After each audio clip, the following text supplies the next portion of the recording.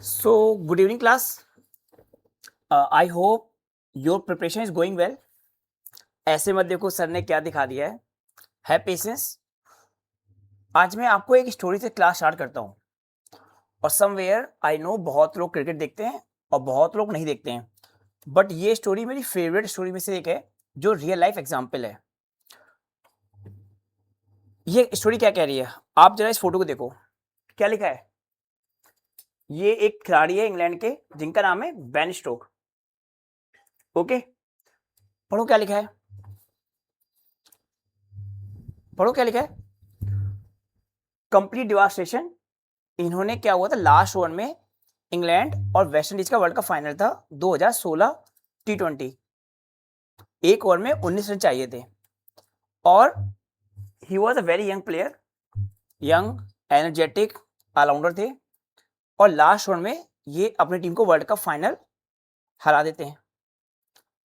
Okay, 2016 a young energetic player, aspirants होते हैं, full of energy से आते हैं, पहला अटेम्प्ट देते हैं और कहीं ना कहीं चीजें अलाइन नहीं होती जैसा आप सोचते हो। सेकेंड इमेज देखो, क्या दिखाई दे रहा, क्या? अच्छा, सेकेंड इमेज क्या दिखा रही है?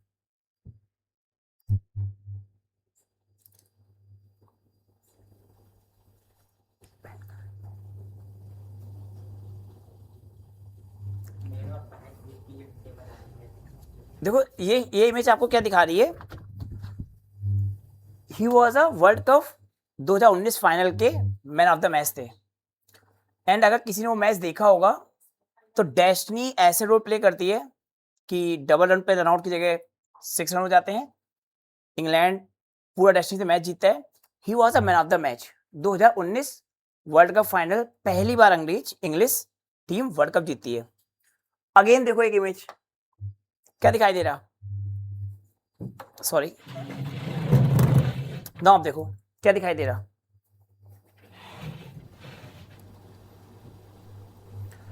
(2022) T20 world cup final, again he was a man of the match. Single handedly अपनी टीम को वर्ल्ड कप फाइनल जिताते हैं। नाउ अ यंग प्लेयर केम, पहले एक फाइनल मैच में कहीं ना कहीं यंग था, एक्सपीरियंस नहीं था, प्रेशर हैंडल नहीं कर पा रहा था और कहीं ना कहीं लास्ट ओवर में एक मैच का मेन विक्टिम बनता है हारने का। फाइनल, वर्ल्ड कप फाइनल, पूरी रात नींद नहीं आती, कुछ समझ में नहीं आता। वही एस्पायरेंट्स के साथ होता है पहले एक दो अटेम्प्ट में। पूरे साल मेहनत करते हो, एक्सपीरियंस नहीं होता उस प्रेशर को हैंडल करने का, चीजें ऐसे एकदम से आती हैं, आप कहीं ना कहीं प्रेशर में सकम हो जाते हो। But he learn from his mistake, अपनी मिस्टेक से सीखा। ओके, 2019 में और प्रेशर था। उसके बाद अगर आप 22 का फाइनल देखोगे, पूरी टीम कहीं ना कहीं सामने से बहुत अच्छी बॉलिंग हो रही थी, but he learn from his mistake, he adapted for the pressure situation. यही आपको सीखना है। प्रीलिम्स में ना होने का मेन कारण होता है वो 2 घंटे का प्रेशर हैंडल करना। Got it? जो मेरे स्टूडेंट्स जिनका अभी प्रीलिम्स निकला है, तीनों से मेरी बात हुई, तीनों ने एक चीज सीखी थी समवेयर, वो प्रेशर को हैंडल करना।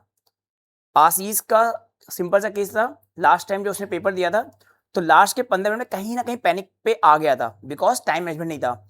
This time he was so clear, सारा गेम टाइम मैनेजमेंट का है, सारा गेम है क्वेश्चन को रीड करके आंसर देने का। Got it? So this is how you should learn from your mistake. Ben Stoke ने अपनी लाइफ में जो उसने पहला एक वर्ल्ड कप फाइनल लॉस किया था उससे सीखा। तो आप लोगों ने जिन्होंने प्रीलिम्स दिया है, okay, make sure you are learning from दोस्त जो भी आपने सीखा है। जैसे कुछ बच्चे थे जो पेपर नहीं देना चाह रहे थे, बट मैंने उनसे कंपेल किया कि पेपर दो, क्योंकि ये फेज जो आपका होता है मार्च अप्रैल मई वाला, ये आपके साथ नेक्स्ट ईयर भी होने वाला है। वही प्रेशर, वही 70 डेज, वही 40 डेज का टारगेट, वही मॉक्स पे मार्क्स कम आना, वही पीआईक्यू एनालिसिस, वही करंट अफेयर का फियर, वही सीजेट का नाइटमेयर, ये सब आपको 2027 में आएगा। जिसने सीख लिया उसका कहीं ना कहीं नेक्स्ट ईयर बहुत अच्छा टारगेट होता है। अब मैं आपको, जैसे मैं बोलता हूँ, जिन बच्चों को मेंटरशिप ज्वाइन करनी है, जो मैंने आपको बताया था, जो हमारा प्रोग्राम है that is of new mentorship program, under अधिकारी पद। तो यहाँ पे व्हाट वी आर लुकिंग कि आप 26 का जो मेंस का पेपर है, जिन्होंने प्रीलिम्स दिया है, वो एटलीस्ट 3 to 4 पेपर्स कंप्लीट करें, प्रॉपर मेंस इन्वायरमेंट में पेपर दें, so that they feel the real pressure of UPSC. और उसके बाद जब आपके पास 4 महीने होंगे, क्लियर, तो उस 4 महीने में आपको पता होगा हमें कहाँ वर्क करना है मेंस में। Get it? तो बहुत सारे टॉपर्स हैं इस्ता किशोर से लेकर, अगर आप रोमन सैनिक स्टोरी सुनो, दे ऑल वर लाइक कि before they when they got the rank, उन्होंने 1-2 मेंस प्रॉपर्ली पहले लिखे हुए थे, सेम सिमुलेशन सेम वे में। ये आपको करना होता है और ये होती प्रिपरेशन। तो in our new mentorship program we will ensure कि आपकी आंसर राइटिंग होगी, आंसर राइटिंग जितनी होगी, जो पेपर आपका तैयार होगा उसका आपको प्रॉपर 2026 का मेंस देना है।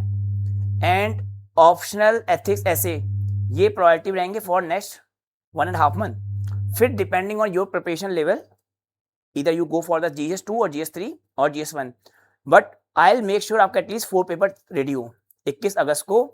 आप बिल्कुल वो एग्जाम प्रेशर फील करो, क्योंकि जब ये फील करोगे तो नेक्स्ट मेंस को कहीं ना कहीं बेटर हैंडल कर लोगे।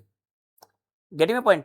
तो यहाँ पे आपको सिस्टमैटिक प्लानिंग मिलेगी, डेली आंसर राइटिंग होगी, जो बच्चे ज्वाइन कर चुके हैं उनके पास डेली क्वेश्चंस आते हैं, उनका इवेल्युएशन होगा, आपका हफ्ते में 2 बार प्रॉपर जितने क्वेश्चन आप लिख के आओगे प्रॉपर 1-to-1 इवेल्युएशन होगा, वहां पे इंप्रूवमेंट बताया जाएगा। इसके साथ साथ आपकी करंट अफेयर क्लासेस होंगी। फिर फाइनली आपका कहीं ना कहीं सिस्टमैटिक प्लानिंग बनेगी आपके अकॉर्डिंग। उन करंट अफेयर क्लासेस में मैं आपको केवल करंट अफेयर नहीं पढ़ाऊंगा, कैसे आपको लिंक करना है मेंस में, क्या क्या इंपॉर्टेंट थीम्स है जो आपकी रिपीट होती हैं। That is our objective in a new mentorship programme.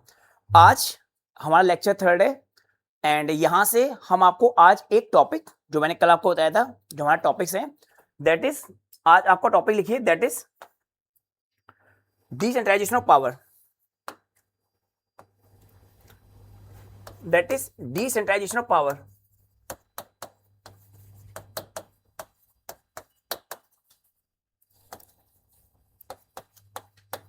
शक्ति का विकेंद्रीकरण। ओके, तो नाउ अंडरस्टैंड, आप सभी को पता होगा the concept came from the 73rd and 74th amendment. पर ये तो आपका क्या था, वहां पे पंचायती Raj and urban local bodies को कॉन्स्टिट्यूशन स्टेटस मिल गया था, बट जो आइडिया था पंचायती राज का, इट वॉज वे बिहाइंड। आपके जो महात्मा गांधी थे, he was favour in decentralisation of power. तो अब क्या होता है, आपको अगर आपको डिसेंट्रलाइजेशन ऑफ पावर पढ़ना है तो इसका कॉन्टेक्स्ट समझो, व्हाई इट वाज इम्प्लीमेंटेड, और जब हमारा पोस्ट इंडिपेंडेंस होता है उस समय पास क्या क्या मॉडल्स थे। तो लिखो context of, that is context of decentralisation of power. Now understand, context पढ़ने से क्या होता है, समवेयर आपको रियलाइज होगा, चीजें आपको स्टोरी फॉर्म में याद हो जाती हैं। कभी कभी क्या होता है, आप एकदम से फैक्ट पढ़ोगे 73rd आया कहां से, ओके, उससे पहले क्या चल रहा था। तो जब आपको पास्ट चीजें कनेक्ट होती हैं, समवेयर प्रेजेंट को बहुत अच्छे से कनेक्ट कर लेते हो। तो कॉन्टेक्स्ट क्या था, पोस्ट इंडिपेंडेंस, जब भारत आजाद होता है, पोस्ट इंडिपेंडेंस, भारत के पास 3 मॉडल होते हैं। ओके, इंडिया के पास 3 मॉडल ऑफ डेवलपमेंट होते हैं। एक होता है आपका पंडित नेहरू का, एक होता है आपका डॉक्टर अंबेडकर का, और एक होता है आपका गांधी।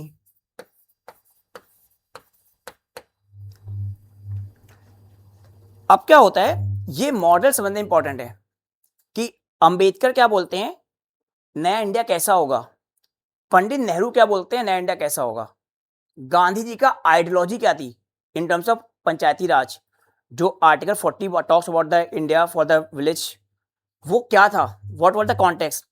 तो लिखो, अब यहां पे लिखो, that is Pandit Nehru model. यहां पे लिखो आप अंबेडकर मॉडल।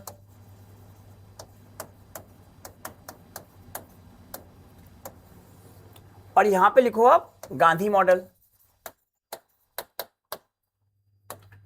क्योंकि ये मेंटरशिप क्लास है तो it will be more in a short way. Okay, Pandit Nehru ji का मानना था, he was in favour of, इनका मानना था मिक्स सोशलिज्म। जो टर्म लिखाऊं यही समझ लेना, that is more than sufficient. Mix socialism, जो कि हमने सेकेंड 5 ईयर प्लान में देखा था। सेकेंड 5 ईयर प्लान अगर आपको पता होगा, that was based on heavy industrialisation by state, heavy industrialisation. और यहां पे क्या था, जो आपका मिक्स सोशलिज्म था, रोल ऑफ स्टेट ज्यादा था। जो आपके पीएसयूज थे वो आपके एक इंपॉर्टेंट रोल प्ले करते हैं इंडस्ट्रियलाइजेशन इंडिया में। तो पंडित नेहरू जी का मानना था मिक्स सोशलिज्म हो, कंप्लीट सोशलिज्म ना हो। कंप्लीट सोशलिज्म में क्या होता है, सारा रोल किसका आता है, स्टेट का। कैपिटलिज्म में क्या होता है, it is all about private player. तो इन्होंने बोला हमें दोनों का बैलेंस करना है, प्राइवेट प्लेयर होगा but at the same time state की रिस्पॉन्सिबिलिटी ज्यादा होगी। Okay, that was his idea. ये इंस्पायर्ड थे किससे, सोवियत रिवॉल्यूशन 1917। और जो आपका सोवियत में जो इंडस्ट्रियल डेवलपमेंट हो रहा था 1930s 40s में, नेहरू वाज इंस्पायर्ड। तो इन्होंने सोचा क्यों ना, भारत में गरीबी है, ओके, तो हम एक ऐसा मॉडल आते हैं जहां पे स्टेट की रिस्पॉन्सिबिलिटी होगी, क्योंकि कैपिटलिज्म जो अमेरिका का मॉडल था वो इंडिया में सस्टेन नहीं करता। गरीबी भी थी, इनइक्वालिटी भी थी, और हमारा एग्रीकल्चर बहुत ही पुअर कंडीशन में था। अंबेडकर जी का आइडिया क्या था, अंबेडकर जी का मानना था कि constitution way is a way, constitution is a solution. Constitution में मेनली इनका फोकस था रिजर्वेशन। इनका मानना था जब आपको जो हमारे दलित हैं, जो हमारे वीकर सेक्शंस हैं, उनको जब हम रिजर्वेशन देंगे तो जो भारत का डेवलपमेंट है, जो नया भारत है, वो एक, उसमें संविधान का इंपॉर्टेंट रोल था। ही वांटेड जो डेवलपमेंट हो वो थ्रू कॉन्स्टिट्यूशन हो, संविधान में जो आपकी वैल्यूज हैं, they drive the new India. जैसे इनका आइडिया था, that is to make India a egalitarian society, egalitarian society, ऐसी सोसाइटी जहां पे सब बराबर हो और उसमें क्या हो, किसका रोल हो, संविधान का। Got it. तो इनका जो डेवलपमेंट था model, it was more through the constitution, संविधान से देश को आगे बढ़ाना है। ओके, तो he was more in favour, क्योंकि इनको मानना था जो गांधी का आइडिया था, दैट इज गांधी क्या बोलते हैं, गांधी बोलते हैं, गांधी की जो आइडियोलॉजी थी, ही वाज अगेंस्ट स्टेट, ये स्टेट के अगेंस्ट में थे, क्योंकि स्टेट क्या रिप्रेजेंट करता है, हायरार्की।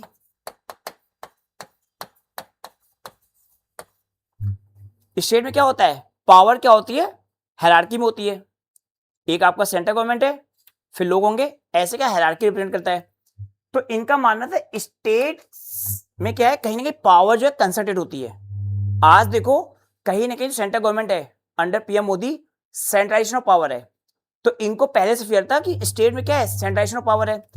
तो ही फेवर्ड, गांधी फेवर्ड व्हाट, इन्होंने बोला why not create a system जहां पे जो आपके पंचायती राज हैं, पंचायती राज इंस्टीट्यूशंस हैं, जो पंचायती राज हैं, दे प्ले इंपॉर्टेंट रोल। और उस मॉडल को इन्होंने नाम दिया था, किसी को याद है क्या था इनके मॉडल का नाम, very good, that is oceanic circle. Oceanic circle क्या रिप्रेजेंट करता है, क्या होता है ओशियानिक सर्किल मतलब, इस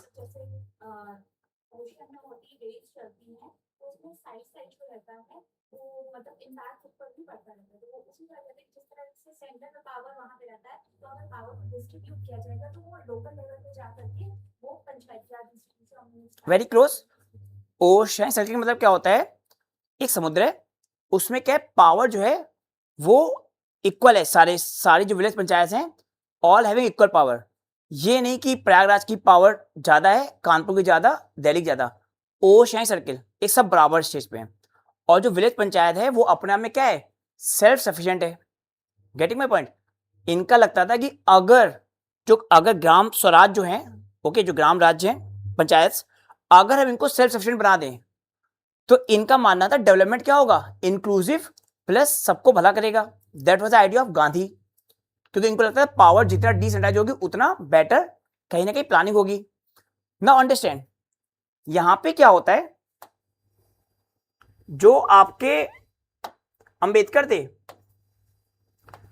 अंबेडकर थे, he was against it. Ambedkar बोलते हैं जो पंचायत से वो डेन ऑफ इग्नोरेंस है, वहां पे लोगों को अपने राइट्स के बारे में नहीं पता। वहां पे क्या है, डिस्क्रिमिनेशन है, कास्ट डिस्क्रिमिनेशन है। अंबेडकर गांधी के आइडिया को फेवर नहीं करते। तो आपने देखा होगा जो डीपीएसपी थी आर्टिकल 40, वो article 40 talks about the states का रोल है फॉर विलेज पंचायत, और वो क्या है, नॉन इन्फोर्सेबल। तो अंबेडकर जी क्योंकि लीडर थे, कहीं ना कहीं मेन पर्सनालिटी थी फॉर द कॉन्स्टिट्यूशन, तो he put Gandhi's idea for the future DPSP में। नाउ पंडित नेहरू का मानना था जो मिक्स सोशलिज्म है, यहां पे जो इंपॉर्टेंट रोल होगा it will B of the bureaucracy. इनका मानना था जो ब्यूरोक्रेसी है इसको बोलते हैं वैंगार्ड ऑफ रिवॉल्यूशन। जो आपकी नौकरशाही थे ये एक इंपॉर्टेंट रोल प्ले करेंगे किसमें, भारत को बनाने में। ये चलता है ना, ये आपका 1950 से डिबेट चलती है। फाइनली अब होता क्या है, इसके बाद क्या होता है, ये डिबेट आपकी कंटिन्यू चलती है। तीनों मॉडल समझ में आ गए। Gandhi focus on decentralisation of power, Pandit Nehru on democratic socialism, mix socialism और ब्यूरोक्रेसी का आपका इंपॉर्टेंट रोल है। नाउ अंबेडकर बोलते हैं कॉन्स्टिट्यूशन, दैट वाज आइडिया। अब क्या होता है, फाइनली जो सक्सेस होता है, जो आपका सक्सीड होता है, that was mix of Ambedkar and Nehru. तो आपका क्या होता है, जब रियलाइज होता है तो 1958 में जो आपका 1940 से लेकर 1947 से लेकर जो आपका 1958 था, यहां पे क्या होता है, जो गांधी की आइडियोलॉजीज थी they put in a DPSP. तो यहां पे क्या होता है समझना, जो आपका पीरियड होता है दैट इज जो आपका 1947 से 1957 तक, ये जो पीरियड होता है, यहां पे जो पंडित नेहरू थे उनका एक इंपॉर्टेंट रोल प्ले होता है। पंडित नेहरू, और यहां पे क्या होता है, कहीं ना कहीं जो आइडिया था स्टेट के रोल का, जो आपकी स्टेट, आपका सेंट्रल गवर्नमेंट है, स्टेट की रिस्पॉन्सिबिलिटी को ज्यादा प्रायोरिटी दी गई, स्टेट रिस्पॉन्सिबिलिटी बात की गई। नाउ अंडरस्टैंड, स्टेट को रिस्पॉन्सिबिलिटी दी गई इनके मॉडल में। इनका जो डेवलपमेंट मॉडल था उसमें क्या था, स्टेट की रिस्पॉन्सिबिलिटी दी। अब क्या होता है, जो अंबेडकर जी थे, डॉक्टर अंबेडकर, ये सक्सेसफुली आपका कॉन्स्टिट्यूशन में रिजर्वेशन करा देते हैं।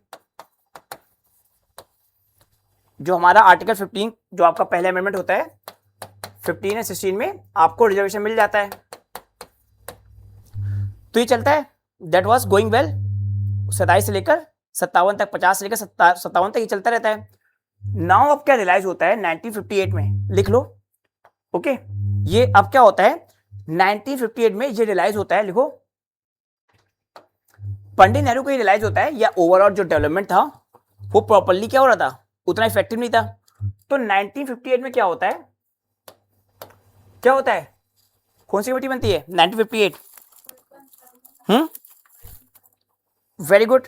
अब यहां पे क्या होता है, पहली बार जो आइडिया था 1958 में, ये आइडिया आपका आगे बढ़ता है। 1957 58 में क्या होती है, आपकी कमेटी बनती है, बलवंत राय कमेटी बनती है। नाउ अंडरस्टैंड, अब ये कमेटी बनती है। अब ये कमेटी बनती है, एक आपका पंडित नेहरू प्रोग्राम स्टार्ट करते हैं, क्या नाम था उसका, कम्युनिटी डेवलपमेंट प्रोग्राम, लिखो। यहां से क्या होता है, यहां से 1958 से क्या होता है, सेंटर स्टार्ट करती है कम्युनिटी डेवलपमेंट प्रोग्राम। अब समझना, क्योंकि ये रियलाइज हो रहा था 8-10 सालों में जो डेवलपमेंट हो रहा है वो इतना इफेक्टिव नहीं है। 1950 से लेकर 1957 तक रियलाइज हो रहा था कि हम बातें कर रहे हैं बट जो डेवलपमेंट है वो प्रॉपरली नहीं हो रहा है। उसका जो मेन कारण जब पता चला, इट वाज रियलाइज जो हमारी ब्यूरोक्रेसी है, ओके, वो अंग्रेजों के माइंडसेट से थी, वो पीपल सेंट्रिक थी नहीं। तो तुमने एक्सपेक्टेशन क्या थी पंडित नेहरू की कि bureaucracy will play a role, but it was not possible क्योंकि ब्यूरोक्रेसी उतना रेडी नहीं थी। तो ये रियलाइज हुआ हमें डेवलपमेंट के लिए क्या चाहिए, कम्युनिटी पार्टिसिपेशन चाहिए। ओके, यहां पे रियलाइज हुआ फॉर डेवलपमेंट हमें लोगों का पार्टिसिपेशन चाहिए। अब अगर आपको पता है एक स्कॉलर थे नोबेल लॉरिएट, किसी को याद है, जिनको इसी के ऊपर नोबेल मिला है इकोनॉमिक्स में, 3 फीमेल को नोबेल मिला है इकोनॉमिक्स में, नाम याद है?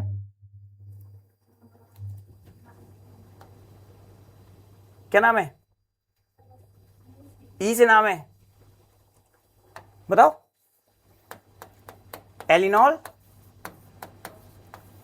एलिनॉर ऑस्ट्रॉम,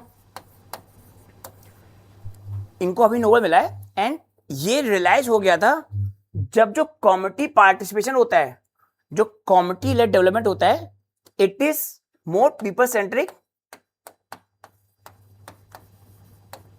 एंड जो होता है ना, it is more demand driven.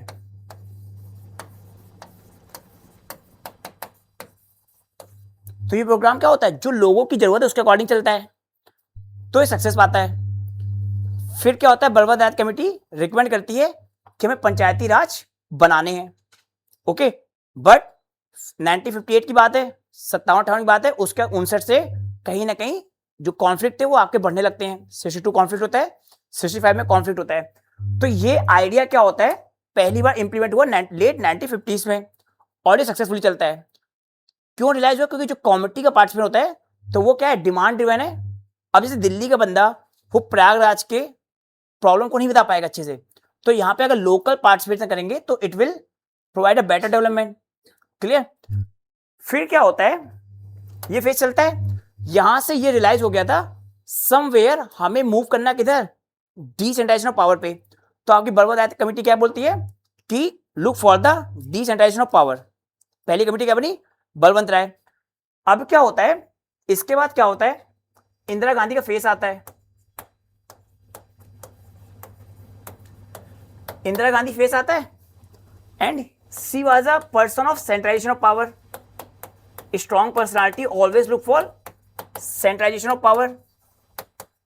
तो आपका 1975 तक जो आपका 1960s है एंड 70s है, ये क्या है, यहां पे पंचायती राज की बात नहीं होती है, यहां पे क्या है, सेंट्रलाइजेशन ऑफ पावर है, केंद्रीकरण हो रहा है पावर का। तो अब क्या होता है, यहां पे सेंट्रलाइजेशन ऑफ पावर है, no talk on PRI, no talk on Panchayati Raj institution. यहां तक क्लियर? क्योंकि इंदिरा गांधी से तो बात होने वाली नहीं है, बलवंत राय कमेटी बनी पहले, उसने बोला कि क्या हो, इनको हमें प्रोमोट करना है। फिर क्या होता है, आपको पता है इमरजेंसी आती है, इमरजेंसी के बाद इंदिरा गांधी गवर्नमेंट हारती है। फिर आपका 1978 आता है और यहां पे एक अनदर कमेटी बनती है, क्या नाम है उसका, very good, Ashok Mehta committee. जो आपको टाइम पीरियड याद नहीं होते हैं ना कि अशोक मेहता कब आया, बलवंत राय कब आया, ये होती स्टोरी, ये होता context. Now you will never forget कि अशोक मेहता कब आया, क्योंकि ये क्या है, 1978 का मतलब क्या है, जनता दल आती है, इंदिरा गांधी हारती है, एंड क्योंकि इंदिरा गांधी सेंट्रलाइजेशन की बात करती है तो ये क्या बात करेंगे, again talk on decentralisation of power. Again क्या होती है, बात स्टार्ट होती है talk on decentralisation of power, decentralisation of power. यहां से क्या हुआ, फिर से शक्ति के विकेंद्रीकरण पे बात हुई। Got it? नाउ अंडरस्टैंड, यहां से स्टार्ट होता है, फिर आपका आता है ये भी क्या बोलेगी, प्रमोट करेगी, क्योंकि कहीं ना कहीं अशोक मेहता, जनता दल, इंदिरा गांधी के अपोजिट वाले बात क्या करेंगे, जैसे जो कांग्रेस बोलेगी उसका अपोजिट क्या बोलेगी, कहीं ना कहीं कांग्रेस बीजेपी बोलेगी, वैसा उन्होंने बोला। तो they all favour what, decentralisation of power. अब क्या होता है, अब आता है फेस 1980s। अब क्या होता है, 1980s आता है। 1980s was the period of Rajiv Gandhi. Rajiv Gandhi का पीरियड आता है। At the same time Rajiv Gandhi post 1984 जब इंदिरा गांधी जी का असैसिनेशन होता है, तो he was more of a visionary leader. India में बहुत कम विजनरी लीडर हैं, एपीजे अब्दुल कलाम, जो अपने समय से बहुत आगे देखते थे। He introduce internet, he went to China for peaceful border agreement. ऐसे कई आइडियाज थे जो आपके राजीव गांधी ने इंट्रोड्यूस किए।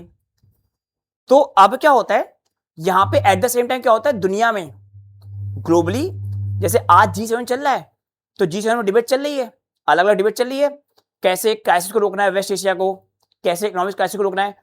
उस समय ऐसे ही आपकी जो डेवलप इकोनॉमीज थी वो बात करती है किसकी, वॉशिंगटन कंसेंसस। एक टर्म आता है वॉशिंगटन कंसेंसस, लिखना नहीं है, जीएस वालों को नहीं लिखना है, बस सुन लो।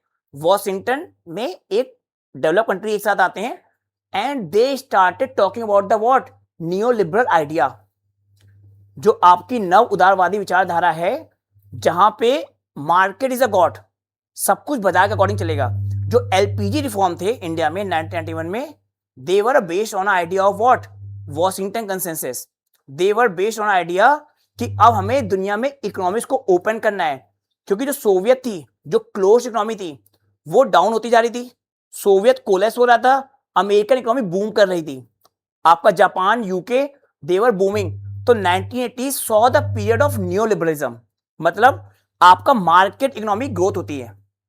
गेटिंग, चाइना अपनी इकोनॉमी ओपन करता है तो दुनिया क्या है, न्यू लिबरल की मूव कर रही होती है। न्यू लिबरलिज्म में क्या होता है, सबसे इंपॉर्टेंट जो एस्पेक्ट होता है, it talks about the market. Market is a God.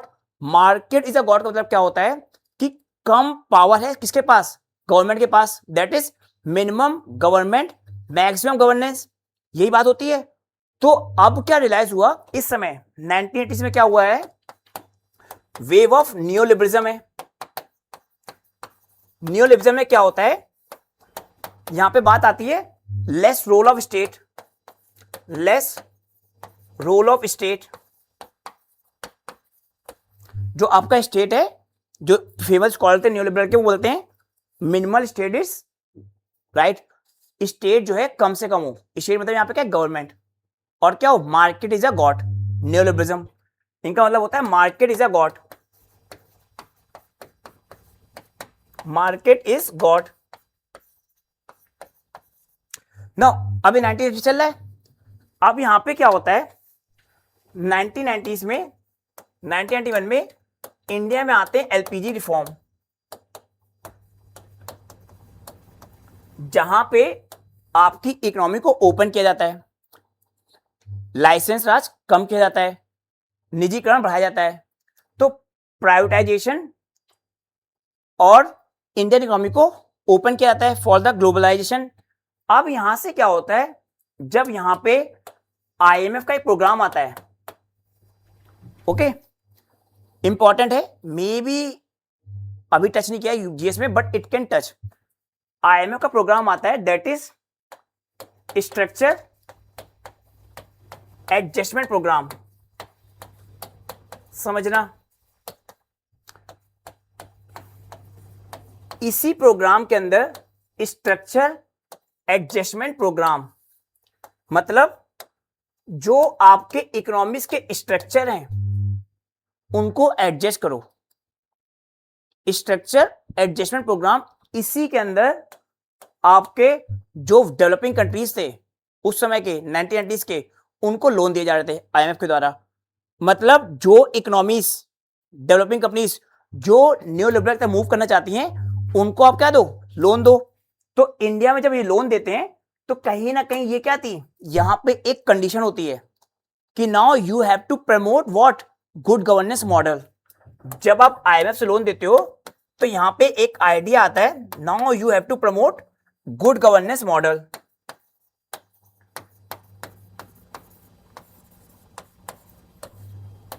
यहां से आपको क्या करना है, गुड गवर्नेंस मॉडल लाना है।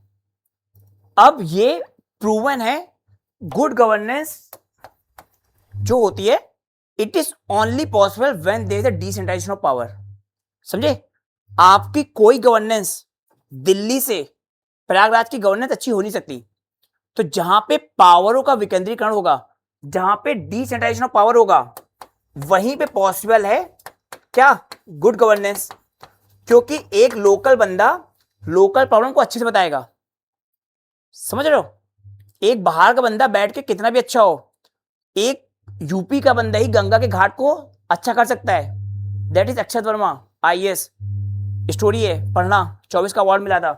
तो आपको डिसेंट्रलाइजेशन ऑफ पावर क्या करना पड़ेगा, करना पड़ेगा। नाउ आईएमएफ ने बोला था, ओके, इधर eight the same time India में एक कमिटी बनती है 1980s में, 1986-7 में एक कमिटी बनती है, इसका नाम है एलएम सिंघवी।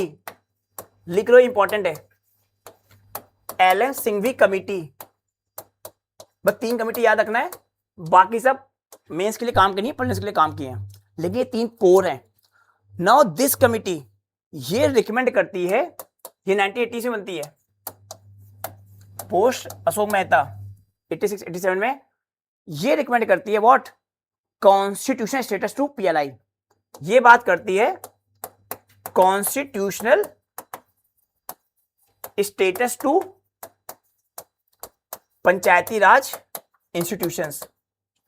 नाउ तो LM Singhvi status, LM Singhvi जो कमिटी थी, it talks about the panchayati raj institutions को क्या दो, कॉन्स्टिट्यूशनल स्टेटस दो। इससे पहले जो बात थी, देवर सेइंग कि प्रमोट करो डिसेंट्रलाइजेशन ऑफ पावर, बट ये बात क्या करती है, संवैधानिक दर्जा दो उसको। गेटिंग, तो ये क्वेश्चन आपको पता होना चाहिए, विच committee recommended for the constitutional status of Panchayati Raj and urban local bodies. अब नाउ इस कमिटी रिकमेंडेशन किया, क्लियर, और उधर क्या चल रहा है, आईएमएफ का प्रेशर है, इंडियन इकोनॉमी ओपन हो रही है। अब इस कॉन्टेक्स्ट में आपका आता है what, 73rd and 74th constitution amendment act. Okay, यहां तक क्लियर है, समझ आ गया पिक्चर कि 3 मॉडल होते हैं, Gandhi, Nehru, Ambedkar. Nehru talk about the आपका mix economy, mix socialism, democratic socialism, more of a state का रोल है। Ambedkar was more in favour of constitutional way through reservation. Gandhi was believe in ओशियाई सर्किल, जहां पे पावर क्या हो, इक्वल स्टेटस पे हो, सारे पंचायती राज क्या हो, सेल्फ सफिशिएंट हो। ये मॉडल आपका चलता है। फिर लेट 1950s में रियलाइज होता है कि जो डेवलपमेंट मॉडल था नेहरू का, वो सक्सेसफुली नहीं होता, तो आपका कम्युनिटी डेवलपमेंट प्रोग्राम आता है, अशोक बलवंत मेहता राइट कमेटी बनती है, both recommended for the panchayati राज। फिर आपका इंदिरा गांधी के समय आता है, सेंट्रलाइजेशन ऑफ पावर होता है, वहां पे पंचायती राज की बात नहीं होती, फिर इमरजेंसी आती है, फिर आपका जनता दल आती है। 1978 में क्या आती है, आपके Ashok Mehta, it also recommended. 1980s में क्या होते हैं, आपका इकोनॉमिक्स ओपन हो रही होती है, दुनिया में न्यू लिबरल की वेव चलती है, दुनिया में इकोनॉमिक्स ओपन होती है, दुनिया में बात होती है किसकी, गुड गवर्नेंस की। इधर एलएम सिंघवी कमेटी बनती है under Rajiv Gandhi, which recommended for the constitutional status of Panchayati Raj and urban local bodies. अब लिखो कॉन्स्टिट्यूशनल प्रोविजंस, लिखो कॉन्स्टिट्यूशनल प्रोविजंस, लिखो जो आपको पता होना चाहिए मेंस के लिए। नाउ अब यहां से चीजें जो है ना सब आपके आंसर राइटिंग वाली, लिखो कॉन्स्टिट्यूशनल प्रोविजंस, तो बताते जाना। पहला लिखो जो जो आपके आंसर में दिखने चाहिए मेरे को, शेड्यूल 11 एंड शेड्यूल 12। 11 किसकी बात करता है, क्या, और 12, very good, schedule 11 and schedule 12। Okay, फिर आर्टिकल 243D क्या बताता है, very good, 1/3 reservation for women, and जो आपके SC ST हैं उनकी जनसंख्या जितनी है उसके प्रोपोर्शनल में रिजर्वेशन। तो आर्टिकल 243 दी आपको लिखना होता है that talk about 1/3 women reservation. Okay, फिर लिखो आर्टिकल जो आपको पता होना चाहिए दैट इज 243 के। क्या है इसका आर्टिकल 243 की व्हाट, और आर्टिकल 243 आई। बस ये चार आपको याद करने हैं। कैसे याद रखोगे? इलेक्शन, इलेक्शन का आ रहा है, के आ रहा है, तो यहां पे क्या है? स्टेट इलेक्शन कमीशन, इलेक्शन के फाइनेंस, फाइनेंस फाई मतलब आई, स्टेट फाइनेंस कमीशन, समझे? स्टेट फाइनेंस कमीशन याद हो गए? ये चारों आर्टिकल्स आपको याद रखने हैं। इसके साथ साथ जो इंपॉर्टेंट जो आपको आंसर इंट्रो में लिखना होता है दैट इज आर्टिकल 40। आर्टिकल 40 क्या बोलता है? It is the responsibility of state to promote for the village panchayat. Clear? Now जब मैंने आपको कल पढ़ाया था तो जीएस2 की लैंग्वेज बताई थी। पहला पॉइंट क्या बताया था? आर्टिकल्स। ये 5 आर्टिकल्स आपको रटने होने चाहिए अगर आपको मेंस लिखना है। क्लियर? बहुत जगह यूज होगा। कंसर्न्स पे मान लो आपके फाइनेंस कमीशन की जो रिपोर्ट है अच्छी नहीं है, जस्ट राइट आर्टिकल 243 आई। रेगुलर इलेक्शन नहीं होते हैं, राइट 243 के। जो रिजर्वेशन है वुमेन का वो 1/3 हो तो गया है, बट अभी भी प्रॉब्लम है। लिख दो आर्टिकल 243 डी। क्लियर? अगला लिखो ऑब्जेक्टिव ऑफ डेमोक्रेटिक डिसेंट्रलाइजेशन। जो ऑब्जेक्टिव थे वो क्या थे? Objective of democratic decentralisation.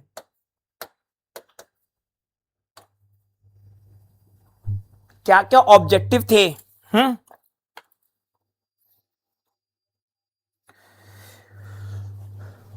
बताओ, अपने हिसाब से बताओ। अच्छे अच्छे पॉइंट बताना, ये मत बोलना। बताओ पहला पॉइंट। Very good. पहला क्या है? Decentralisation of power. आगे बताओ। या इसको ऐसे बोल दो, बेटर सर्विस डिलीवरी आएगा ना, बेटर पब्लिक सर्विस डिलीवरी लिख सकते हो। लिखो बेटर, लिखते जाओ। ये सब बहुत इंपॉर्टेंट है आपके आंसर राइटिंग में स्टार्ट करने के लिए। जहां पे नहीं पूछा इतना लिख के आधे मार्क्स बढ़ जाएंगे। Better service delivery.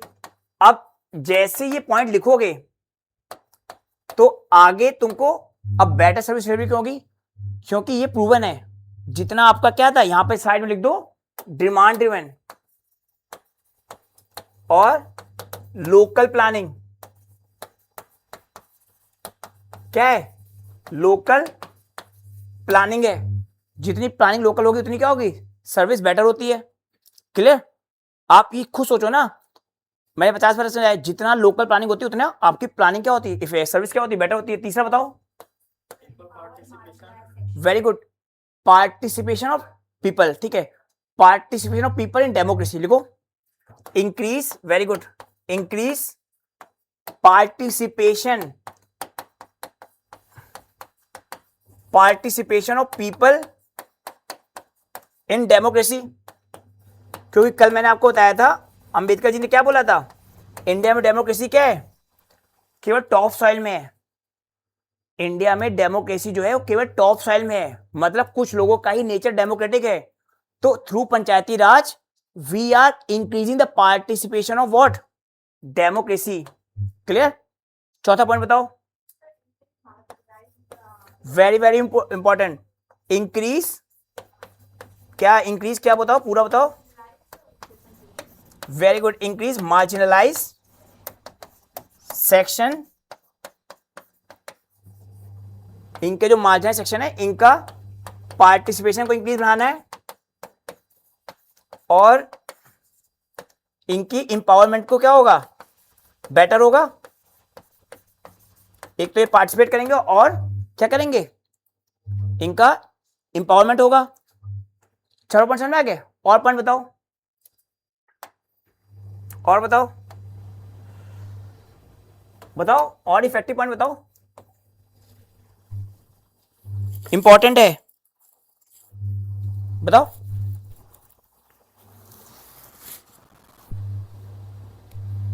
बताओ, वो वीकर सेक्शन में आ जाएगा ना, वीकर सेक्शन में आपका वुमेन चाइल्ड सब आते हैं, ठीक है। और बताओ क्या, और अच्छा बताओ, और अच्छा पॉइंट बताओ, बताओ। Very good, very good point. हमारे यहाँ इंडिया में क्या होता है, one size fit for all, one size fit for all है। यहाँ पे क्या होगा, bottom up approach, bottom up approach planning होगी, बॉटम अप अप्रोच, है ना। साइड में बैकग्राउंड लिख दो, not one size fit for all. ये सब यही टर्म लिखने हैं आपको आंसर में, ये आपके क्या है, ये की टर्म्स हैं, एग्जामिनर ये वर्ड देखता है, not one size fit for all. और बताओ कैसे,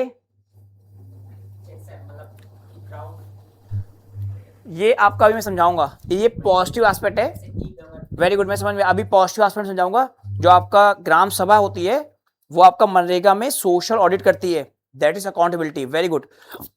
ये 5 ऑब्जेक्टिव हो गए, 5 ही बहुत होते हैं, बताने को बहुत सारे हैं। ये आपको पांचों प्रॉपरली प्लान हो, इन पे आपको सोचना नहीं होता। ये ऑब्जेक्टिव आपके क्लियर होंगे ना, अब बताता हूं। अब लिखो अगला पॉइंट, लिखो दैट इज पॉजिटिव इंपैक्ट, लिखो पॉजिटिव इंपैक्ट। ये प्लान लिख लिए, ये ऑब्जेक्टिव लिख लिए ना, ये ऑब्जेक्टिव क्लियर है ना। अब समझना, अब इसका लिखो positive impact of, positive impact of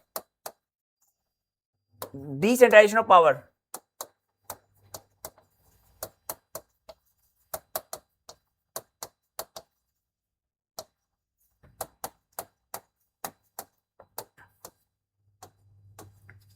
positive impact of decentralisation of power.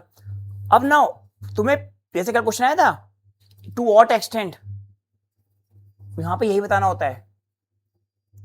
Okay, अब तुम लोग को समझाता हूं, अगर तुम्हें पॉजिटिव एस्पेक्ट बताने हैं या नेगेटिव एस्पेक्ट बताने हैं, कैसे बताने होते हैं। अब तुम बताओगे और जब मैं बताऊंगा, डिफरेंस बनना। पहले बताओ,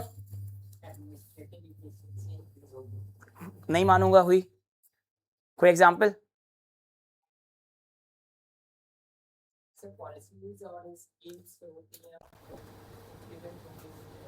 बताओ पॉजिटिव एस्पेक्ट बताओ।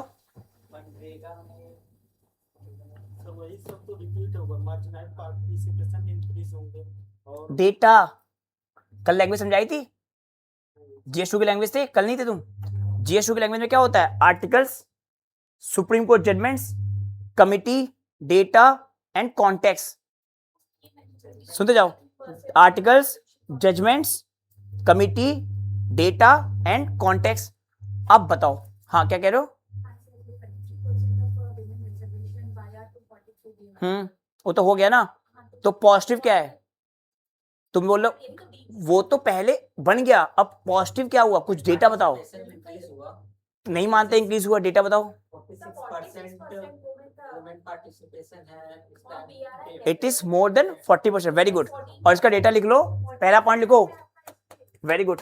बिहार में 50 के आसपास है, वेरी गुड। लिखो, अब जो लिखवा रहा हूं लिखो 14 लाख, लिखो 14 लाख वुमेन रिप्रेजेंटेटिव,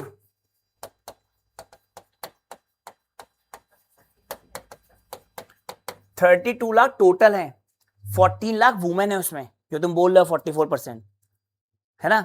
ये क्या हुआ, जब एग्जामिनर ये देखेगा ना, ये जीएसओ की लैंग्वेज है, समझे। सेकंड पॉजिटिव एस्पेक्ट बताओ, बताओ, या इसी में लिख दो, जो टोटल रिप्रेजेंटेशन है वो कितना है, 32 लाख।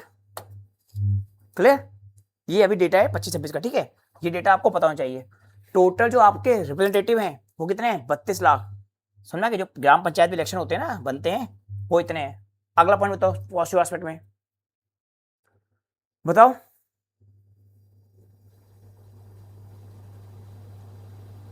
बताओ।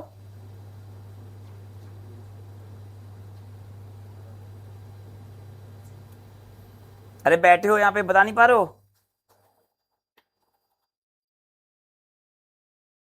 ऑब्जेक्टिव लिखे हैं? कैसे मान लें? ये तो इसी में आ जाएगा ना वैसे, यहाँ पे इसी पे आ सकता है। हाँ, या डीप इन डेमोक्रेसी, इसे वेरी गुड, इस पॉइंट पे लिख लो। हाँ हाँ, इसी पे लिख लो। अरे इतने रिप्रेजेंटेटिव आए ना, ये क्या है? डेमोक्रेसी क्या हो रही है? डीपिंग हो रही है। Very good. ये आपके जो 30 लाख 32 लाख आए, ये कैसे आए हैं? थ्रू डेमोक्रेटिक प्रोसेस से आए हैं। क्लियर? और बताओ। पॉजिटिव एस्पेक्ट इन एनवायरमेंट, बताओ कोई भी एग्जांपल बताओ। वेरी गुड, राणेगढ़ सिद्धि, वेरी गुड एग्जांपल। मतलब हाँ, कोई केस स्टडी पता है ना? अब ये तुमको आधा आधा पता है ना, यही पूरा अच्छे से करना है। ठीक है, तो राणेगढ़ सिद्धि मॉडल था, एक हिवारे बाजार मॉडल था, भी लिखवाऊंगा। हाँ क्या?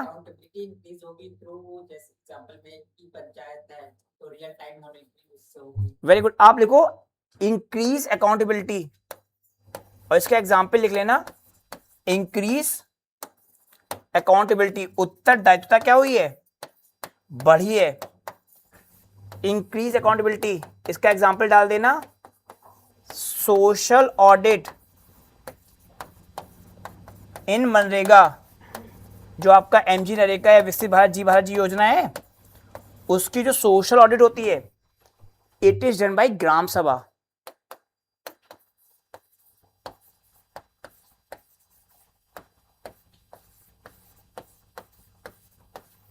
It is done by what? Gram sabha. Clear? Clear हो गया? अगला पॉइंट लिखो, चौथा। वेरी गुड, ये वे फॉरवर्ड में आएगा। अब इसने प्रिंसिपल सब्सिडियरिटी बता दिया, बताऊंगा। वे फॉरवर्ड याद दिला देना, बताना है मुझे, ठीक है? चौथा पॉइंट बताओ, पॉजिटिव एस्पेक्ट बताओ। जब तक 5 ना हो जाए समझ लो तुम्हारा कंटेंट नहीं तैयार है। और बताओ पांचवा बताओ।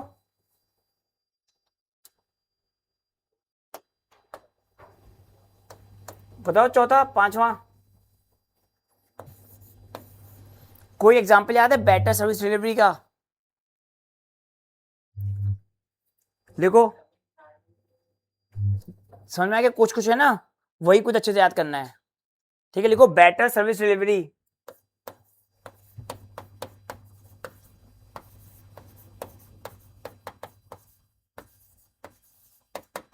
अब उन बच्चों का सिलेक्शन होता है जो यहां पे 2026 का 27 का एग्जाम्पल देंगे, समझे? मैं तो लिखवा दूंगा, बट आपको जितना रेलेवेंट एग्जाम्पल दोगे उसी का सिलेक्शन बनना है, वही एसडीएम डीएम बनना है। अदरवाइज 3 साढ़े 3 नंबर आने वाले हैं। ठीक है, तो यहां पे लिख दो, एग्जाम्पल लिख लो। अब आपको एग्जाम्पल लिखना है, दैट इज, जैसे एक तो मेरे को 2 मॉडल बता देना। एक तो इंदौर म्युनिसिपैलिटी है, जो आपकी इंदौर म्युनिसिपैलिटी है, it has done well.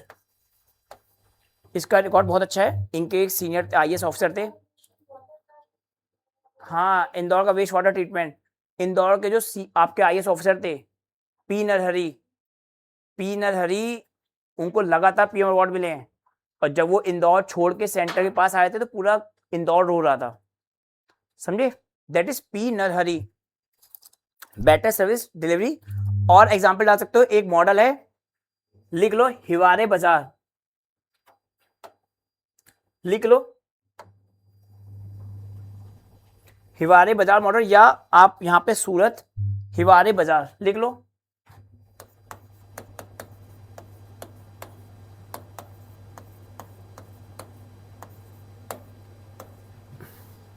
Hiware बाजार model, it was a model जहां पे सस्टेनेबिलिटी, इंक्लूसिविटी, ये सब एस्पेक्ट को ध्यान में रखा गया था। ठीक है, लोकल पार्टिसिपेशन हुआ, वुमेन का पार्टिसिपेशन, एंड मोर ऑफ अ एक स्मार्ट वे में चीजों को देखी गई। ठीक है, तो आपको ये एग्जाम्पल खुद लिखने हैं, मैंने बता दिए। ऐसे एग्जाम्पल जहां पे भी कोई ग्राम पंचायत अच्छा करे तो आपको लिखना है। अगला लिखो, जो पॉजिटिव एस्पेक्ट है उसमें लिखो अब यहां पे एक एग्जांपल लिख देना हमेशा, power to marginalise,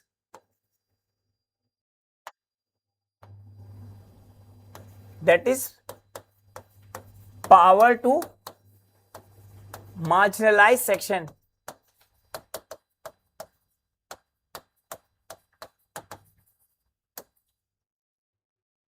power to marginalise section, इसमें भी आएगा।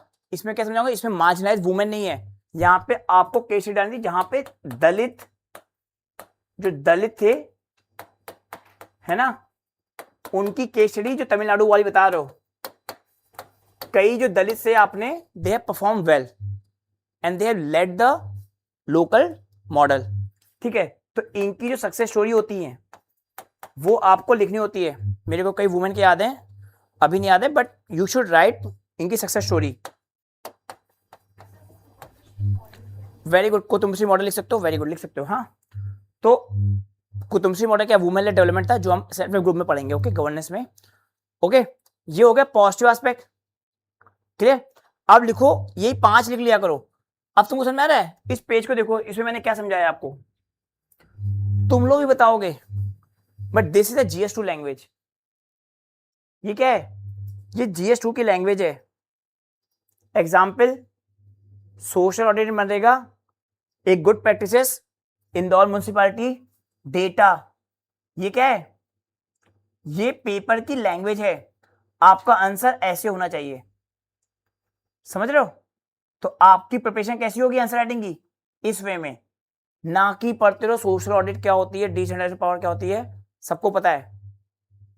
और जो लिखा भी है किताब में, अगर आउटडेटेड है छोड़ दो, सिर्फ करंट का पढ़ना है और बेसिक कॉन्सेप्ट पढ़ने हैं। टर्म्स बताऊं, करंट का ऐड करो, यही यूपीएससी है। टर्म्स में क्लैरिटी हो, कॉन्टेक्स्ट में पढ़ाता जाऊंगा, एग्जाम्पल लिखो, चीजें हो जाएंगी क्लियर। अब लिखो कंसर्न्स। अब देखो यहां पे कंसर्न्स लिखने होते हैं, लिखो क्या क्या चैलेंजेस हैं, लिखो। अब यहां से सारा गेम बनता है, कौन कितने अच्छे वे में कंसर्न्स बताएगा। लिखो, पहला लिखो, दैट इज कंसर्न्स। कोई बताएगा क्या क्या कंसर्न्स हैं। अब 3F मॉडल कौन बोलता है, बताओ कौन बोलता है। वेरी गुड, सेकेंड ARC बोलती है, जो आपके पंचायती राज हैं, जो आपके अर्बन लोकल गवर्नेंस है, दे लैक 3F। 3S में क्या है, फंड, फंक्शन एंड फंक्शनरीज। अब बताओ, कोई डेटा है तुम्हारे पास इन तीनों पे, कोई डेटा है तुम्हारे पास, बताओ।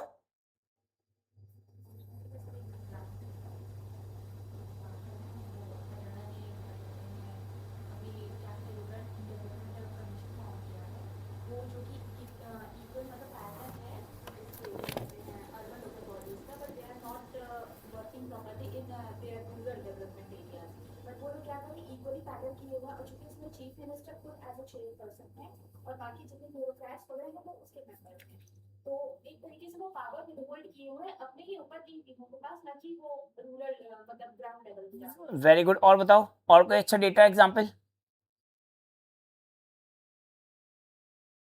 बताओ। नहीं पता, क्या लगता है, लिखो। अब क्या था फंड का इशू, लिखो, लिखो एस, हाँ, फंक्शन में प्रॉक्सी इलेक्शन थोड़ी आएगा। फंक्शन का मतलब क्या है, फंक्शन का मतलब क्या होता है, लिखो एज पर द आरबीआई, लिखो, पहला ही समझ में आ गया। लिखो as per the RBI report, जो तुम चैलेंज बता रहे हो उसको ऑथेंटिसिटी दो, क्लियर। ऑथेंटिसिटी समझते हो, बाद में गहराई लाओ। तो गहराई कैसे आएगी, जब सेकंड ARC ने बोला कि 3F का इशू है, तुम बोलोगे तुम्हारी बात की कोई वैल्यू नहीं है। सेकंड ARC बोलो क्या है, क्योंकि GS2 की लैंग्वेज है। Committee, second ARC, SBI as per the RBI report लिखो। RBI 2024-25 रिपोर्ट थी। इट सेज व्हाट, ये बोलता है, सुनो, ओनली 6 स्टेट्स, या ऐसा और बेटर लिखो, less than 10 state, less than 10 states have dissolved या have given all the, कितने फंक्शंस दिए हैं, कितने आइटम्स है शेड्यूल 11 में और शेड्यूल 12 में? तो हैव केवल 6 स्टेट्स ने या लेस देन 10 स्टेट्स ने have given all the items of schedule 11 to panchayati raj. ये क्या है? डेटा। और RBI रिपोर्ट बोलती है ओनली 1.1%। क्या है? ओनली 1.1% जो रेवेन्यू है ऑफ PRI, जो पंचायती राज इंस्टीट्यूशन है, उनका जो केवल 1.1% रेवेन्यू कहां से आता है? ओन रिसोर्सेस से।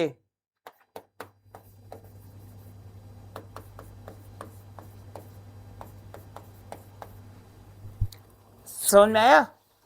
This is how you should process your mains answer writing program, कि ये सब बातें लिखोगे तो ही मार्क्स आने वाले हैं। अभी आएगा, अभी सब आएगा। यहां पे समझ में आ गया? ये तो पॉइंट लिखवा रहा हूं, clear? As per the RBI report, क्योंकि रिसेंट रिपोर्ट है, सरपंच पति चला आ रहा है 20 सालों से। ये क्या है? अभी रिपोर्ट है, क्लियर? तो ये कोट करना है, सेकेंड RC RBI रिपोर्ट। तीसरा पॉइंट लिखो, कमेटी बनी है पंचायती राज में, क्या नाम है? पंचायती राज के रिव्यू करने के लिए कौन सी कमेटी बनी है? पंचायती राज इंस्टीट्यूशन को रिव्यू करने के लिए एक कमेटी बनी है, क्या नाम है उसका? बताओ, उसको रिव्यू करने 2013 में। तुम लोग क्या नाक कटा के रहोगे मेरी? क्या मैंने क्या बोला? पंचायती राज को रिव्यू करने के लिए। रिव्यू पहले करेंगे, बाद में करेंगे? हाँ, कम से कम ऐसे क्वेश्चन के ऐसे आंसर दोगे तो प्रीलिम्स भी गड़बड़ हो जाएगा। क्वेश्चन सुन लो, क्या बोला है, क्या कमेटी का नाम है बताओ,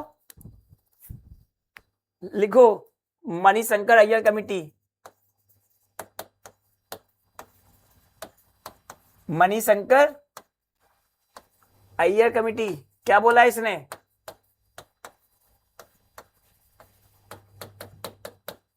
क्या बोला इस कमेटी ने? क्या इसने बोला? क्या है फिर? रिव्यू क्या किया है? बोलो।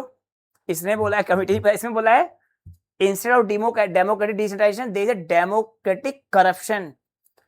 इंडिया में क्या हो रहा है? डेमोक्रेटिक, या डेमोक्रेटिक नहीं बोलो, डिसेंट्रलाइजेशन ऑफ करप्शन है। देखो, डिसेंट्रलाइजेशन ऑफ करप्शन।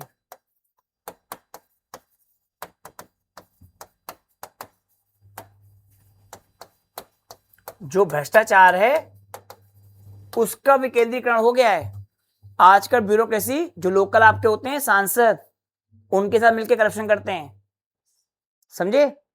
कमेटी हो गई, ऑथेंटिसिटी मिल गई आंसर में। अपनी बातें लिखोगे कोई नहीं मानेगा। ये क्या है? पेपर की लैंग्वेज है। दैट्स हाउ आपको आंसर लिखने होते हैं। फिर चौथा लिखो, ये तो है किस पे? पंचायती राज पे। अर्बन लोकल बॉडी पे कौन सी कमेटी बताओ? क्या है? बाकी लोग बताओ। मॉन्टेस्क्यू वाले सुना है? उनकी वाइफ का नाम क्या था? ईशर जस आलूवालिया। ईशर जज आलूवालिया एक कमेटी बनती है किस पे? अर्बन लोकल बॉडीज पे। ये कमिटीज आपको पढ़नी पड़ती है अगर आपको सिलेक्शन चाहिए अच्छे मार्क्स से। क्लियर? ये क्या बोलता है? इसने क्या, बस 2010 के आसपास है, ठीक है। ये बोलती है no state have transfer 18 items of schedule 12, और यही बोलती हैं smart city is only possible when we have a smart village.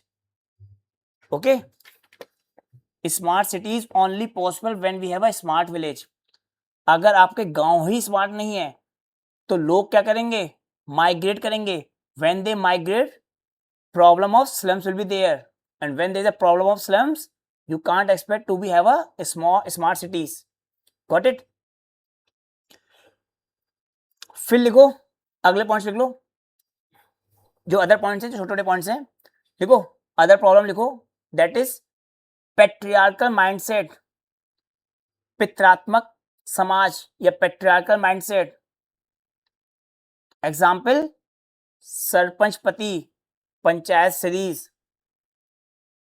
लिखो पंचायत सीरीज भी लिखना, सरपंचपति भी लिखना। That represent what, patriarchal mindset, कि वुमेन को तुमने दे तो दिया reservation, but in reality what is happening, पंचायतपति, सरपंच, पंचायती सीरीज, पंचायत सीरीज थी ना, लिखो उसमें पंचायतपति कॉन्सेप्ट लिखना, पंचायतपति कॉन्सेप्ट लिख लिया। फिर लिखो marginalise section still face discrimination, जो आपके दलित हैं they are still face discrimination. Example लिखो what, Dalit cook not allowed to participate in a meeting in Tamil Nadu. लिखो डिस्क्रिमिनेशन अगेंस्ट द मार्जिनलाइज, जो आपके डिस्क्रिमिनेशन मार्जिनलाइज हैं दलित, वो अभी भी डिस्क्रिमिनेटेड फील करते हैं। Discrimination against the marginalise.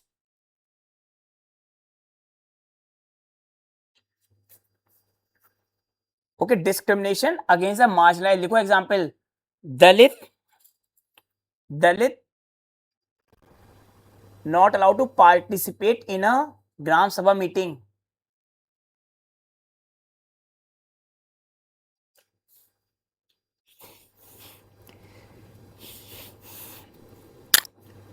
Okay, फिर अब लिखो फंड में, जब मैंने वहां फंड लिखा था ना, only 1.1% they come from the own resources, वहां पे एक प्रॉब्लम लिखो, एक प्रॉब्लम है फंड में, लिखो टाइड ग्रांट्स, इनकी प्रॉब्लम लिखो, दैट इज इनके पास जो पैसा आता है ना वो टाइड ग्रांट्स होता है।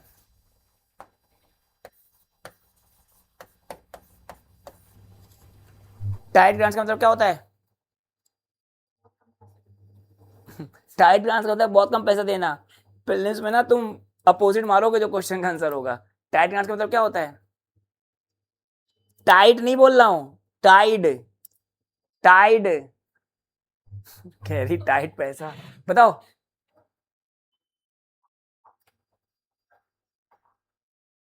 बताओगे तुम दोनों, टाइड ग्रांट्स का मतलब क्या होता है, पीछे बताओ। हाँ,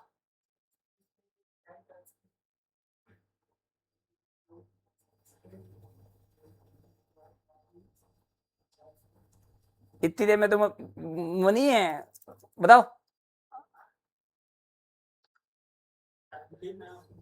तुम बताओ, टाइड ग्रांट्स का मतलब क्या होता है, हाँ बताओ।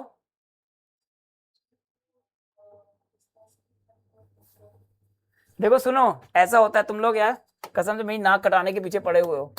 लिखो टाइड ग्रांट्स का मतलब क्या होता है, जो आपको ग्रांट्स क्या होता है, पैसे होते हैं ना, ग्रांट्स क्या होते हैं, पैसे होते हैं। ग्रांट्स फॉर स्पेसिफिक पर्पस,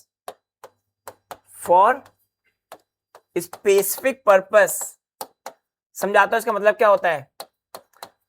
जैसे मान लो सेंट्रल गवर्नमेंट ने बोला हम तुम्हें 50 लाख रुपए देंगे सारे स्टेट्स को, और वो पैसा किस पे जाएगा, जल जीवन मिशन पे। Tied fund ties to grants ties to particular task. अब प्रॉब्लम समझो, हिमाचल प्रदेश में पानी की प्रॉब्लम नहीं है, राजस्थान में प्रॉब्लम है, लेकिन तुमने सारे स्टेट को क्या दे दिया, हर पंचायत को मान लो 50 लाख मिल रहे हैं। प्रॉब्लम तो कुछ और है ना, ये होती टाइट ग्रांट्स। इसका अपोजिट क्या होता है? जो 65 से बात कर रहा है इसका अपोजिट क्या है?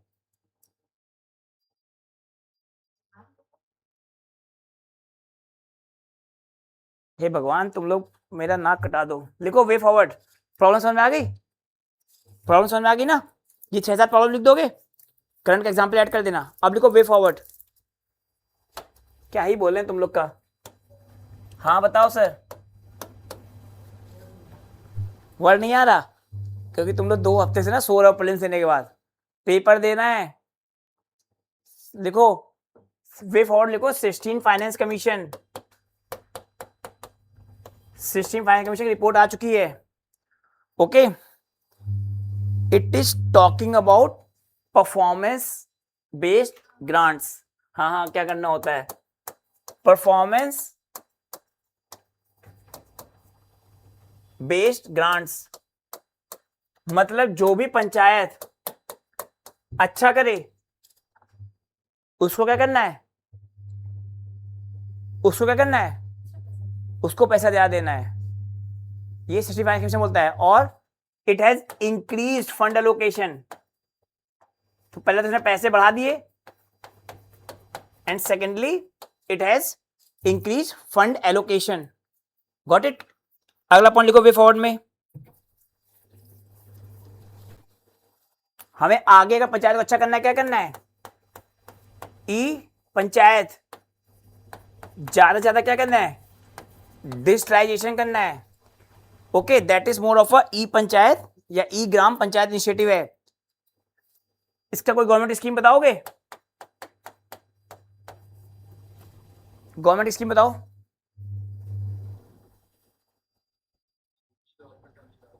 बताओ। तो यूपी गवर्नमेंट लॉन्च करी, हमें नहीं पता। ये अधूरा अधूरा छोड़ दो, बहुत नुकसान करेगा। बताओ क्या? इसको आधा ही आधा पता तभी। अब तो समझ में आ रहा है कहाँ तुम्हारी गलती होगी प्रीलिम्स में। ये हाफ नॉलेज हार्मफुल होती है। पीएम स्वामित्व, पीएम स्वामित्व में क्या होता है? पीएम स्वामित्व में क्या कर रहे हैं हम लोग? Digitalisation of land records. लिखो डिजिटलाइजेशन ऑफ लैंड रिकॉर्ड्स।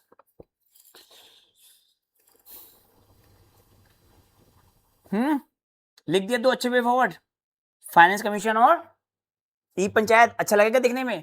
फिर लिखो तीसरा, दैट इज कैपेसिटी बिल्डिंग।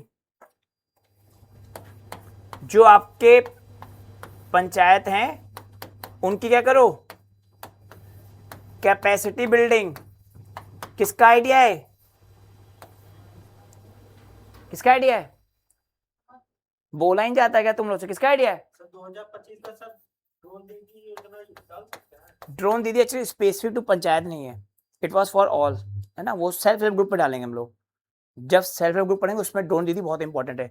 अमृत सेन, अमृत सेन कुछ जानते हो इनके बारे में? क्या है?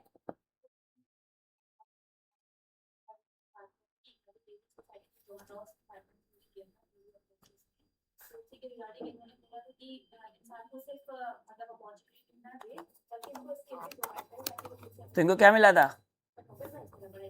इनकी डेट ऑफ बर्थ पता है? यूपीएससी यही पूछता है क्योंकि इनकी डेट ऑफ बर्थ, इनकी डेट ऑफ बर्थ और मेरी डेट ऑफ बर्थ सेम है, समझे? तो औरंगजेब, अमृत सेन और मेरी डेट, तीनों की डेट ऑफ बर्थ सेम है, ठीक है। तो that's why I love him. इनके जो आइडिया है, ही इज अ सोशल वेलफेयरिस्ट। क्या? ये सोशल वेलफेयरिस्ट है। इन्होंने आइडिया दिया था कि आप रिजर्वेशन दे रहे हो, आप वेलफेयर ला रहे हो, फ्रीबीज ला रहे हो, ये सब काम नहीं करता। आप लोगों की कैपेसिटी बिल्ड करो, उनको प्रॉपर हेल्थ दो, एजुकेशन दो।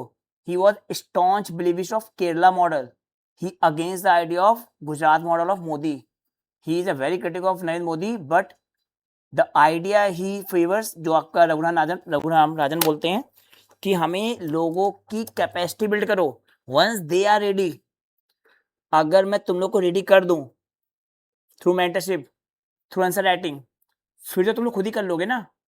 तो इट इज स्टेट रिस्पॉन्सिबिलिटी कि तुम लोग को रेडी करना है, health wise, education wise, skill wise, mentally, spiritually, वो हमें रेडी करना है आपको। समझ में आ रहा है? Got it? लिखो, कंक्लूजन लिखो, कोई बढ़िया सा कंक्लूजन बता दो। नहीं नहीं नहीं, लिखो कंक्लूजन, लिख तो सकते हो जब करता ना करता, लेकिन अच्छा लिखो, कंक्लूजन लिखो, लिखो कंक्लूजन बताओ कोई अच्छा सा, ऐसा बताओ कि मैं तुम लोग को लिखवा सकूं, बताओ। तो बताओ तो विकसित भारत के बारे में क्या बताएं, बताओ। कैपेसिटी बिल्डिंग देखो या कहते हैं जो जैसे भारत 24/7 चलता है उसको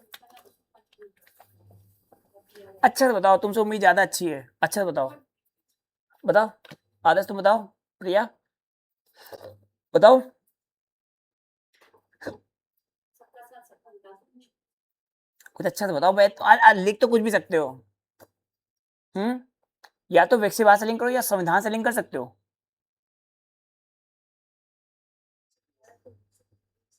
क्या विकसित भारत को? तो लिख लो, पहला पॉइंट लिखो, विकसित विलेज लिखो, विकसित विलेज, विकसित village is the foundation pillar of Viksit Bharat 2047। विकसित विलेज, डेवलप्ड विलेज, विकसित village are the foundation pillar of Viksit Bharat. और बताओ दो तीन और अच्छे अच्छे।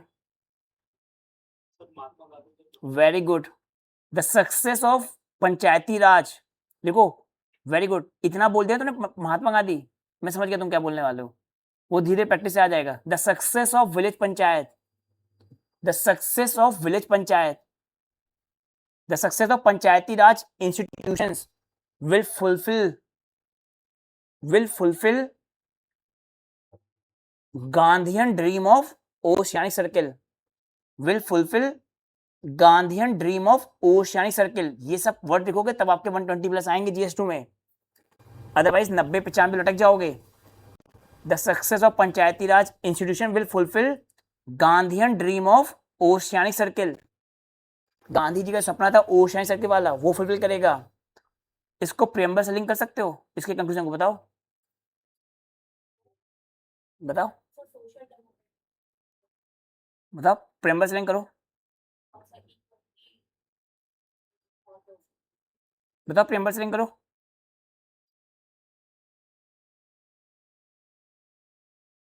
प्रेम्बल का पहली लाइन क्या है, लिंक करो इससे।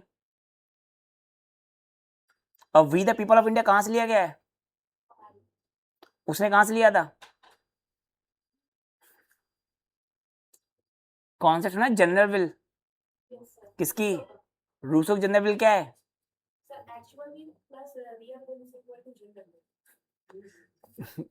तुम ऐसी बातें कर रहे हो, जब actual will plus general will equal to, ये नहीं होता है, देख रहे हो तुम, अब तुम पॉलिटिकल साइंस पढ़ लो, क्या होता है एक्चुअल विल और जनरल विल,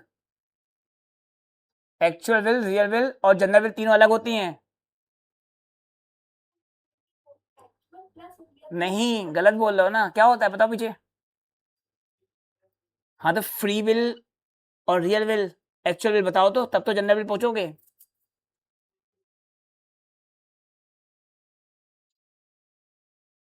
तो सुनो, जो रूसो थे ना, तुम्हारा कंफ्यूजन कहाँ है, वो बोलते थे he was a critic of modernism, तो he criticise the modern idea of bureaucracy, modern idea of capitalism, क्योंकि जो कैपिटलिज्म होता है it always focus on what, पैसा, पॉजिटिव।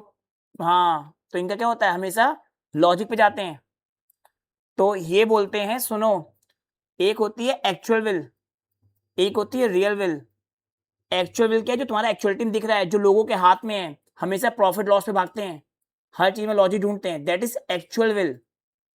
जो रियल विल होती है वो इंसान का नेचर होता है, और इंसान का नेचर क्या बोलता है, वो रेशनल है, वो क्या है, रैशनलिटी में क्या होता है, वो अपने साथ साथ दूसरों को भला भी देखता है, positive aspect of real aspect है। तो उसका नेचर क्या है, क्रिएटिव है, सोशल है, it is not only look for the profit and loss, always look for creativity, social. तो रूसो बोलते हैं जो रियल विल है, it is focus on positive aspect of nature. तो इंसान क्या है, वो एक्चुअल विल में फंस गया है और उसको हमें रिमूव करना है, उसको हमें आउट करना है। कहां से? उसको मूव कराना है किस पे? Real will pay. और जब सब लोग अपनी रियल विल पे आ जाएंगे, वो बनती है जनरल विल। जब when all people behave in their real will, तब जो बन के आता है वो होती है क्या? General will. समझे? क्योंकि जनरल विल क्या रिप्रेजेंट करता है? सबकी रियल विल। एक्चुअल विल क्या है? वो आर्टिफिशियल विल है। समझ में आ गया तो अच्छी बात, वरना सर एक बार सर प्लीज रिपीट। नहीं समझो। काम का नहीं है तुम्हारे, काम का नहीं है, लेकिन बस समझा दे रहा। एक्चुअली क्या होता है समझो। जैसे आज का इंसान क्या है ना, हर जगह प्रॉफिट लॉस दिखता है। अगर तुम प्रॉफिट लॉस देखोगे, मॉडर्निटी ने क्या किया? प्रॉफिट लॉस दिखाया है। तो वो क्या दिखाता है? वो दिखाता है तुम्हें ये आपकी एक्चुअल विल है। एक्चुअल विल होगी जो तुम्हारी रियलिटी है। रूसो बोलते हैं इसने इंसानियत को हार्म करा है, तो बोलते हैं अपनी रियल विल पे जाओ। रियल विल क्या होती है? जो तुम्हारा नेचर है। और तुम्हारा नेचर क्या है? ह्यूमन नेचर क्या बोला गया है? जो रेशनिस्ट है, जो पॉजिटिव वाले, वो बोलते हैं क्रिएटिव है, सोशल है। जो ह्यूमन नेचर है, तुम्हारा नेचर वो क्या है? क्रिएटिव है, सोशल है। लेकिन तुम्हें कैपिटलिज्म ने क्या किया है? हमेशा प्रॉफिट लॉस में सोच लिया है। तुम दूसरों को भलाई नहीं देखते हो। तो आप अपनी एक्चुअल विल को त्यागो और रियल विल पे जाओ। और जब सब लोग अपनी रियल विल पे जाएंगे, तब जो आपका समाज बनेगा, यही जनरल विल है। तो we the people of India have solemnly resolve intent to this. हम जब अपनी रियल विल पे होते हैं, हमने अपनी पावर को भारत को दी है। समझ रहे हो? तो हमने अपनी पावर को क्या दी है? भारत को दिया है। तो ये हमारी क्या रियल विल है। तो जो we the people of India है, वो क्या रिप्रेजेंट करती है? General will. अब लिखो द सक्सेस ऑफ पंचायती राज। जब सक्सेस ऑफ पंचायती राज, जब आपके पंचायती राज की सक्सेस होगी ना, तब आपका क्या होगा? तब आपकी क्या बात होगी? It will ensure general will. General will, क्योंकि वी द पीपल है ना, जो जनरल विल है ना, we the people of India. Okay, तो इट विल लिखो, it will fulfil the idea of preamble. क्योंकि हम लोग एक्टिव हैं, हमने पावर दी स्टेट को। It will fulfil the preamble idea of we the people of India having actual power. It will fulfil the idea of preamble. It will fulfill the idea of preambles, that is we the people of India having actual power। क्योंकि जब पंचायती राज में लोग काम करेंगे, उसमें productivity होगी, उसमें ज्यादा होगा, तो जो लोगों के पास पावर है वो आएगी।